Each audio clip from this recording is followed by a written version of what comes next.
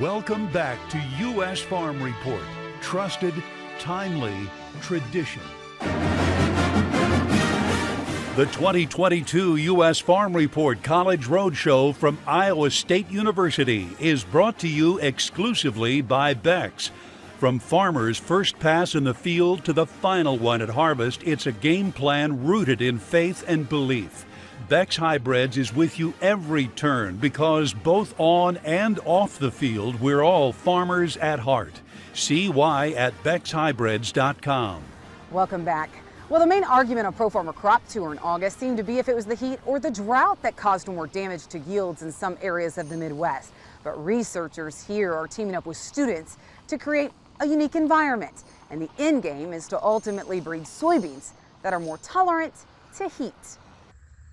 10 miles west of Ames, Iowa, you'll find farm fields that are planted in robust research. One of the major goals is developing soybeans that they're more tolerant to heat stress. A joint project between the Department of Agronomy and the Department of Mechanical Engineering. Students and faculty have produced this. We were getting the group to come together to build these sort of mobile units that can be placed in the field. The intention is that we want to test the response of different plants under different heat or temperatures. These innovative in-field research chambers were developed by mechanical engineering capstone students. The real engineering goes into the sensors and controls that we put inside the greenhouse to change the climate conditions. Through sensors that measure both the inside and outside temperatures, it's also able to control the humidity level. It simulates the increasing temperature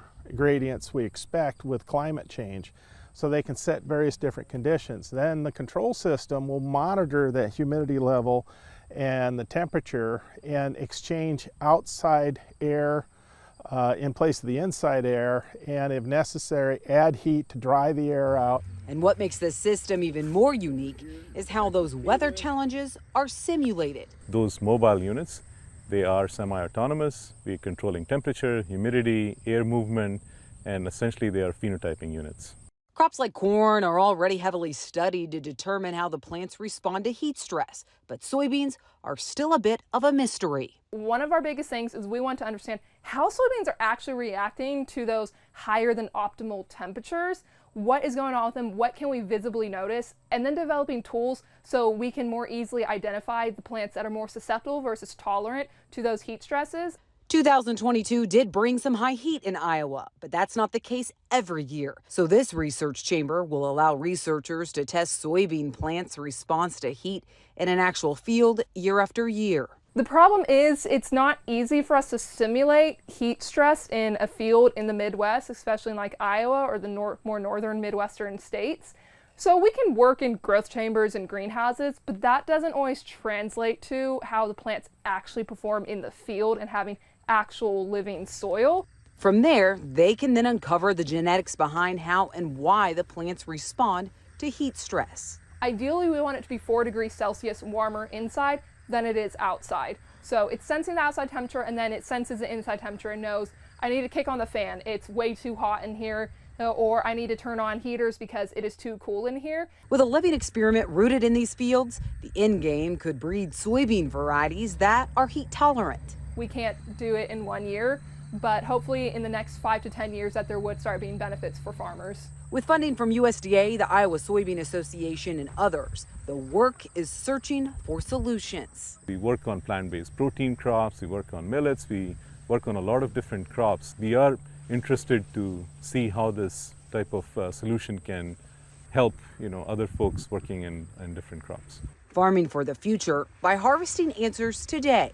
Work that starts with students who are putting their skills to the test. And what we have set up at Iowa State is a program whereby all of the projects that the students work on are sponsored either by industry or research departments, but all of them involve a defined real problem that has to be worked on.